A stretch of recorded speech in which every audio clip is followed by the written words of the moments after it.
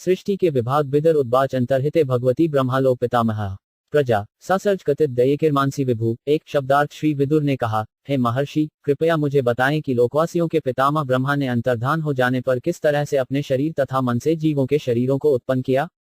ये च में भगवन पुष्टास्त्व व्यर्था बहुवितम तान्वद्वानुपूर्व्यं छिंधरी न सर्व संशयान। दो शब्दार्थ है महान विद्वान, कृपा करके मेरे सारे संशयों का निवारण करें और मैंने आपसे जो कुछ जिज्ञासा की है उसे आदि से अंत तक मुझे बताएं। तात्पर्य, विदुर ने मैत्रेय से सारे प्रासंगिक प्रश्न पूछे, क्योंकि वे अच्छी तरह जानते थे कि मैत्रेय उनकी जिज्ञासाओं के सारे बिंदुओं का उत्तर देने के लिए उचित व्यक्ति हैं। मनुष्य को अपने शिक्षक की योग्यताओं पर पूर्ण विश्वास होना चाहिए और विशिष्ट आध्यात्मिक प्रश्नों के लिए किसी अभिज्ञ व्यक्ति के पास नहीं जाना चाहिए। जब शिक्षक से ऐसे प्रश्नों का काल्पनिक उत्तर मिले तो ये समय का अपव्यय मात्र है। सूत उताच एवं समझोदित स्तेन क्षत्रा कौशारवीर मुनि प्रीत प्रत्याह तान प्रश्नान हदिथानक भार्गव। तीन शब्दार्थ। सूत गोस्वामी ने कहा, हे भृगु पुत्र, महर्षि मैत्रेय मुनि विदुर से इस तरह सुनकर अत्यधिक प्रोत्साहित हुए। हर वस्तु उनके हृदय में थी, अतः वे प्रश्नों का एक एक करके उत्तर देने लगे। तात्पर्य, सूत उवाच। सूत गोस्वामी ने कहा, वाक्यांश ये सूचक करता प्रतीत होता है मानो महाराज परीक्षित तथा शुकदेव गोस्वामी के बीच चल रही वार्ता में भंग हुआ हो।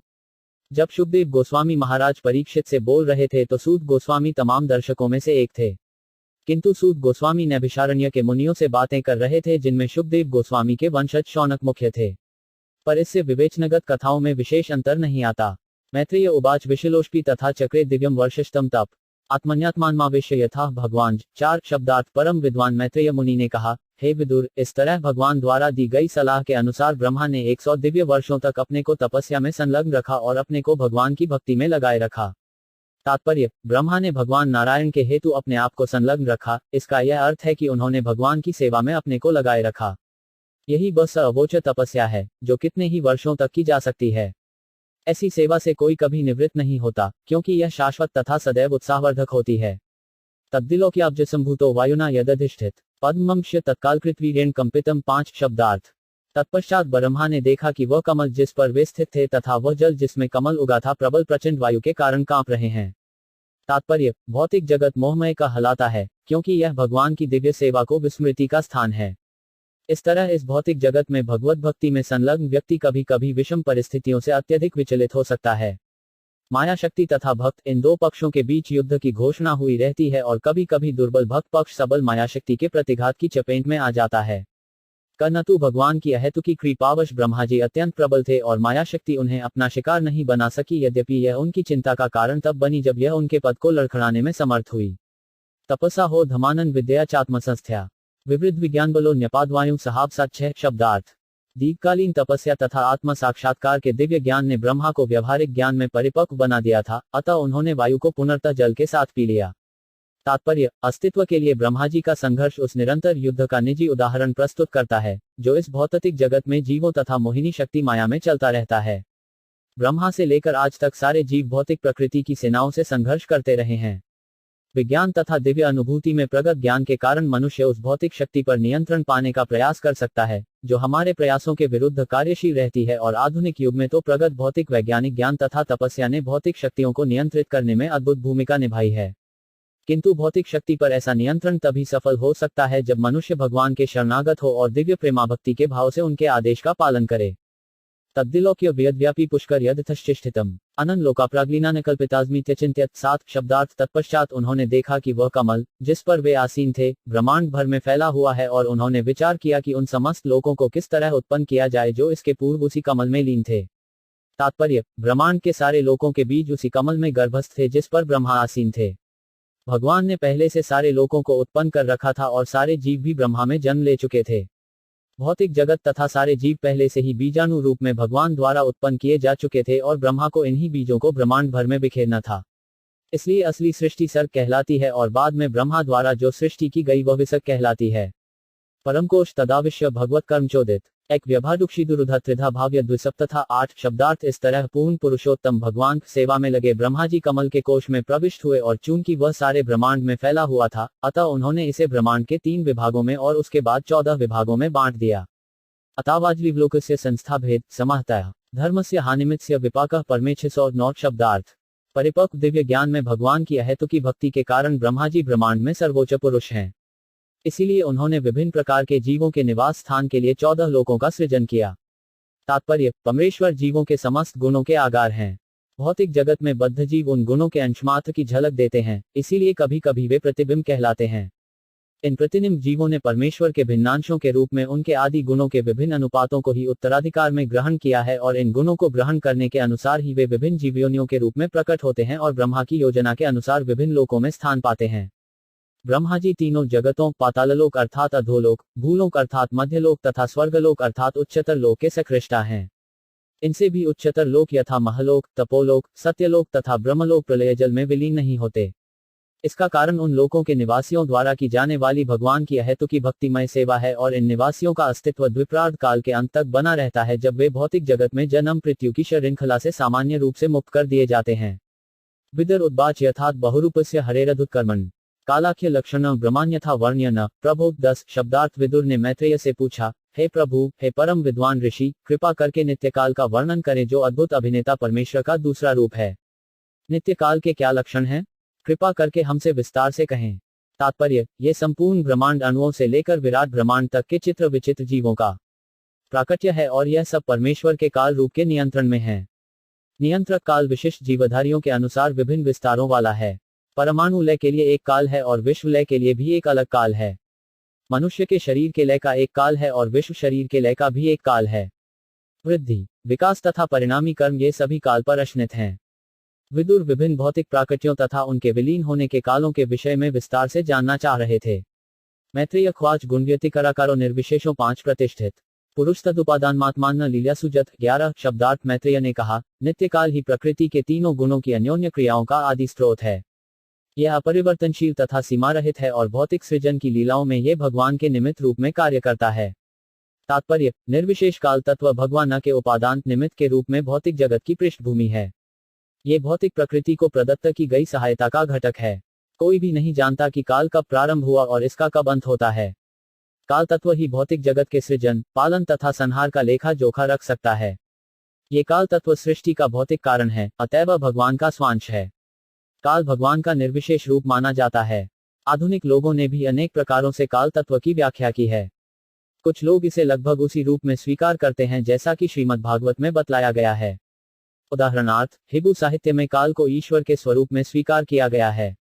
उसमें कहा गया है, ईश्वर ने भूतकाल में पैगंबरों के द्वारा पिताओं से कभी कभी और अनेक प्रकार से बातें की। तत्वमीमांसा की दृष्टि से काल को परम पूर्ण तथा वास्तविक के रूप में विभेदित किया जाता है। परम पूर्ण काल तो सतत है और भौतिक वस्तुओं की गति या मंदता से अप्रभावित रहता है। काल की गणना ज्योतिर्विज्ञान तथा गणित के अनुसार गति, परिवर्तन तथा किसी वस्तु विशेष के जीवन के परिप्रेक्ष्य में की जाती है। किंतु वस्तु काल का वस्तुओं की सापेक्षताओं से कुछ भी संबंध नहीं रहता, प्रत्युत हर वस्तु काल द्वारा प्रदत्त सुविधा के रूप में बनती तथा परिगणित होती है। काल हमारी इंद्रियों की क्रियाशीलता की मूलभूत माप है, जिसके द्वारा हम भूत, वर्तमान तथा भविष्य की गणना करते हैं। किंतु वास्तविक गणना में काल का कोई आदि तथा अंत नहीं होता। पंडित चाणक्य का कथन है कि काल के अल्पांश को भी करोड़ों करोड़ों डॉलर मूल्य देकर खरीदा नहीं जा सकता। अतएव बिना लाभ के खोए हुए काल का एक क्षण भी जीवन की सबसे बड़ी हानि है। काल न तो किसी प्रकार के मनोविज्ञान के अधीन है, न ही काल के क्षण अपने में वस्तुगत वास्तविकताएं हैं, किंतु वे विशेष अनुभवों पर आश्रित हैं। इसीलिए श्री जीव गोस्वामी इस निष्कर्ष पर पहुंचते हैं कि काल तत्व भगवान की बहिरंगा शक्ति के कार्य कारणों से मिला जुला हुआ है। बहिरंगा शक्ति या भौतिक प्रकृति स्वयं भगवान के रूप में काल की अधीक्षता में कार्य करती है। इसीलिए ऐसा लगता है कि भौतिक प्रकृति ने विराट जगत में अनेक आश्चर्यजनक वस्तुएं उत्पन्न की हैं। भगवद गीता 9.10 में इस निष्कर्ष की पुष्टि इस प्रकार हुई है।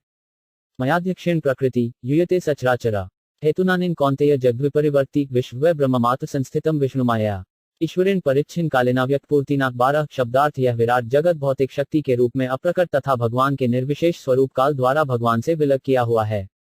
यह विष्णु की उसी भौतिक शक्ति के प्रभाव के अधीन भगवान की वस्तुगत अभिव्यक्ति के रूप में स्थित है। तात्पर्य, जैसा कि व्यासदेव के समक्ष नारद पहले कह चुके हैं, भागवत 1.5.20 इद्धि विश्व भगवान इवेतर, यह अव्यक्त जगत साक्षात भगवान है, किंतु ये भगवान से परे या भिन्न कुछ और ही प्रतीत होता है।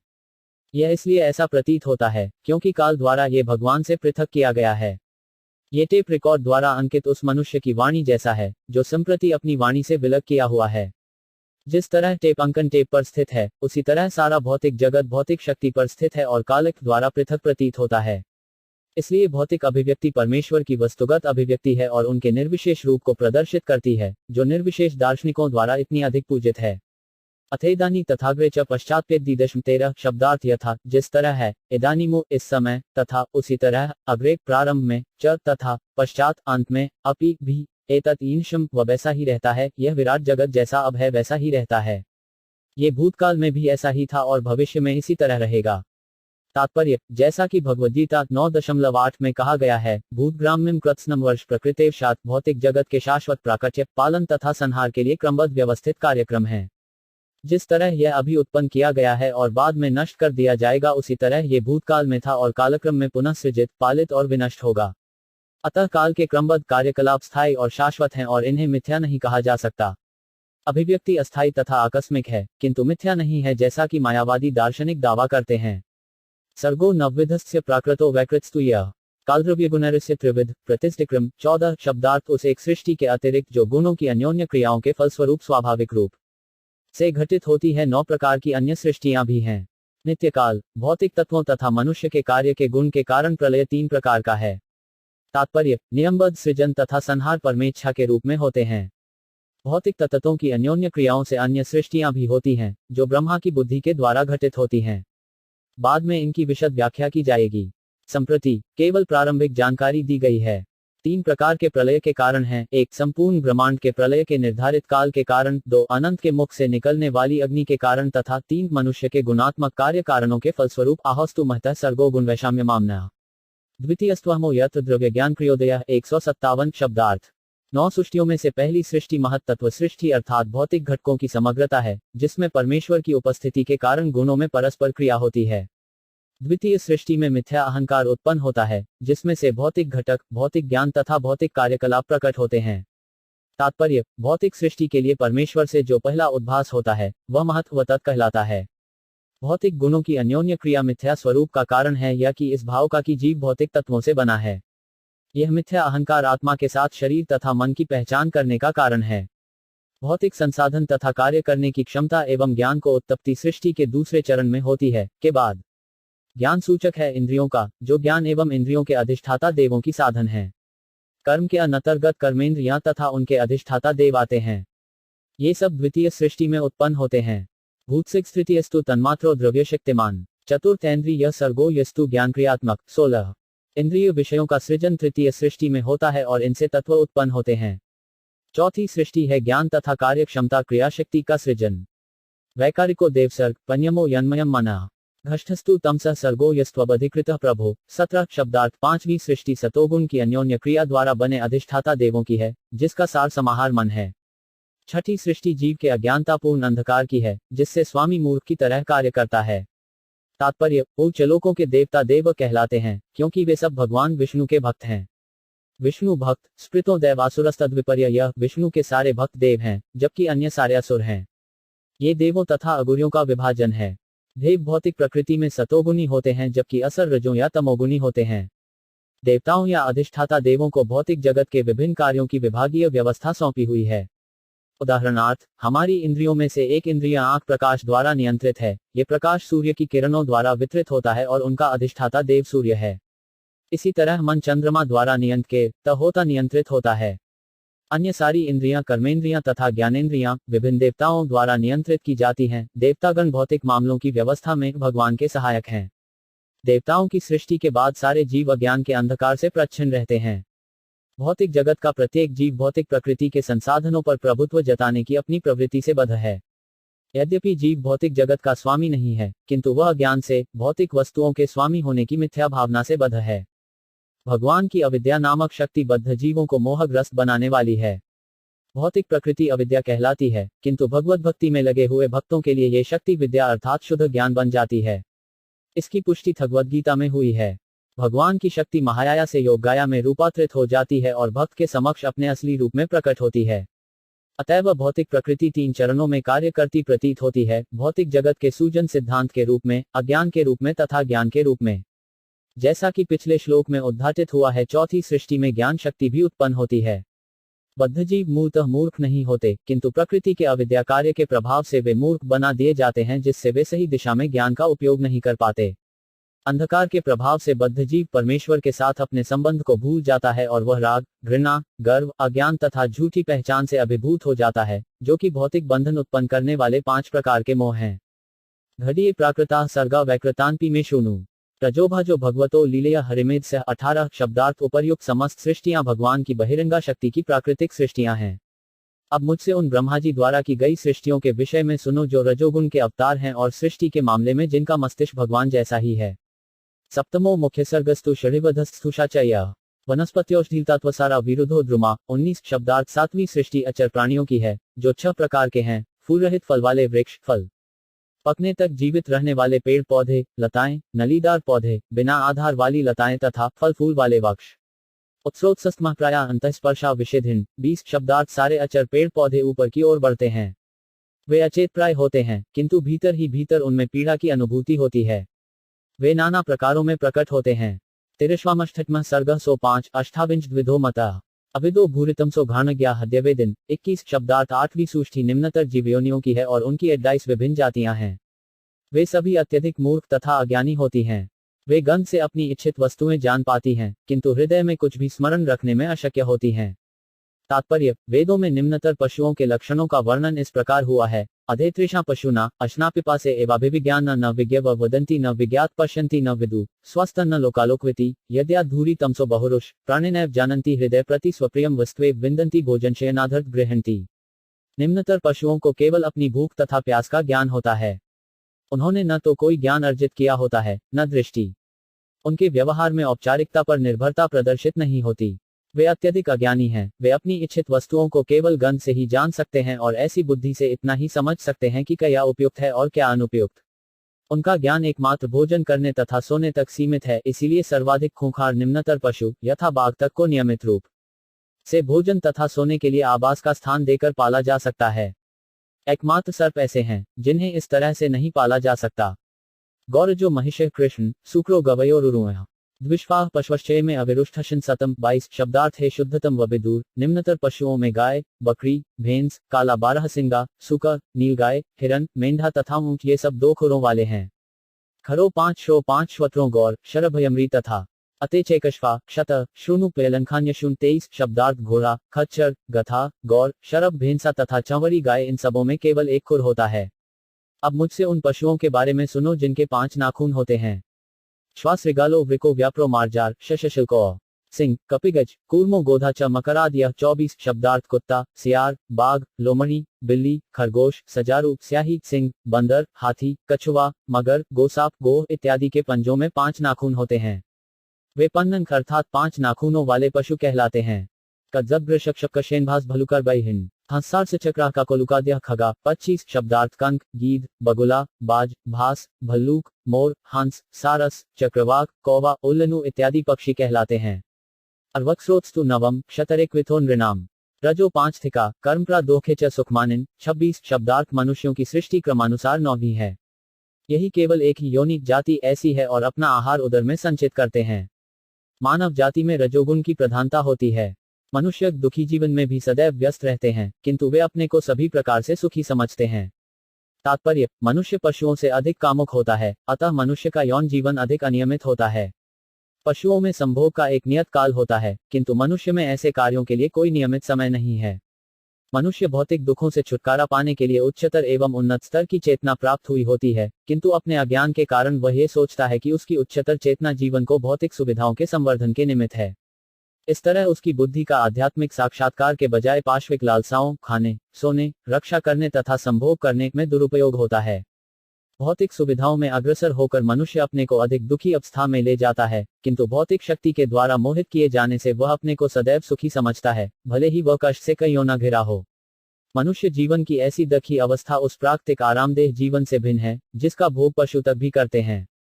वैकृतास्त्र एवैते देवसर्गशिष सतम वैकारिकस्तु यह प्रोक्त कौमारस्त्रभयात्मिका 27 शब्दार्थ है श्रेष्ठ विदुर। ये अंतिम 3 सृष्टियां तथा देवताओं की सृष्टि 10वीं सृष्टि वैकृत सृष्टियां हैं, जो पूर्व वर्णित प्राकृतिक सृष्टियों से भिन्न है।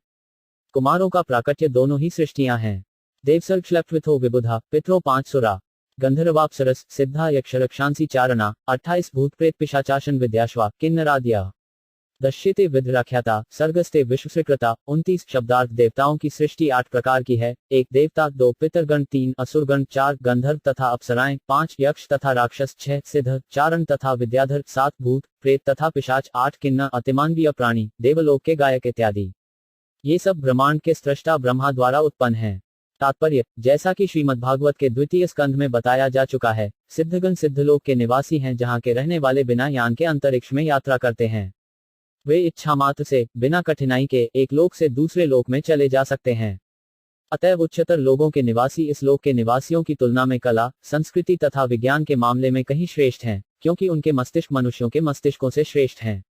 इस संदर्भ में उल्लिखित भूत प्रेतों की भी गणना देवताओं में की जाती है, कईयों की वे असामान्य कार्य करने में सक्षम हैं, जो मनुष्यों के लिए संभव नहीं है। अतः पर प्रवश्यामि वंशान्मत्राणितर एवं रज प्लूतः कल्पादिश्वात्मभूहरि सृजत्यमोघ से डूप आत्मैवामान्मायमना 30 शब्दार्थ। अब मैं मनुओं के वंशजों का वर्णन करूंगा। स्रष्टा ब्रह्मा जो कि भगवान के रजोगुणी अवतार हैं, भगवान शक्ति के बल से प्रत्येक कल्प में अचूक इच्छाओं सहित विश्व प्रपंच की सृष्टि करते हैं। तात्पर्य, वराट जगत भगव की अनेक शक्तियों में से एक का विस्तार है तथा सृष्टि दोनों एक ही परम सत्य परब्रह्म के उद्भास हैं, जैसा कि भागवत के प्रारंभ में कहा गया है, जन्माद्यस्य यतः। इस प्रकार श्रीमद् भागवत के तृतीय स्कंध के अंतर्गत सृष्टि के विभाग नामक 10वें अध्याय के भक्ति वेदांत तात्पर्य पूर्ण हुए।